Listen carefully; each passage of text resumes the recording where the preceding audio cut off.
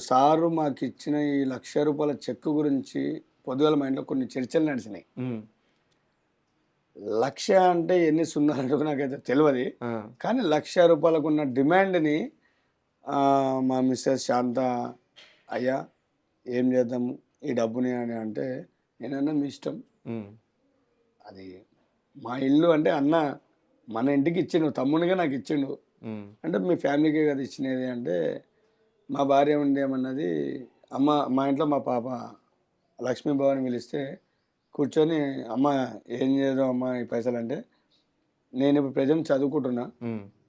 11, 12 చదువుతుంది, బైపీసీ చదువుతుంది. నేను వచ్చిన తర్వాత ఆ డబ్బుని ఒక చిన్న రూమ్ అంటే ఒక షటర్ లాంటిదో రూమ్ లాంటిదో తీసుకొని, హ్మ్. నువ్వు చేసే సేవ ఏదైతే ఉందో డాడీ, హ్మ్. మనది ట్యాంక్ బండ్ శివ ఫౌండేషన్ అని నాకు గాంధీనగర్లో ఎస్ఐ రవీందర్ సార్ నాకు దగ్గరుండి నాకు అది చేయడం జరిగింది. ట్యాంక్ బండ్ శివ ఫౌండేషన్ అంటే నాకు ఈ ఫౌండేషన్ గురించి కూడా తెలియదు, అవగాహన లేదు నాకు. హ్మ్.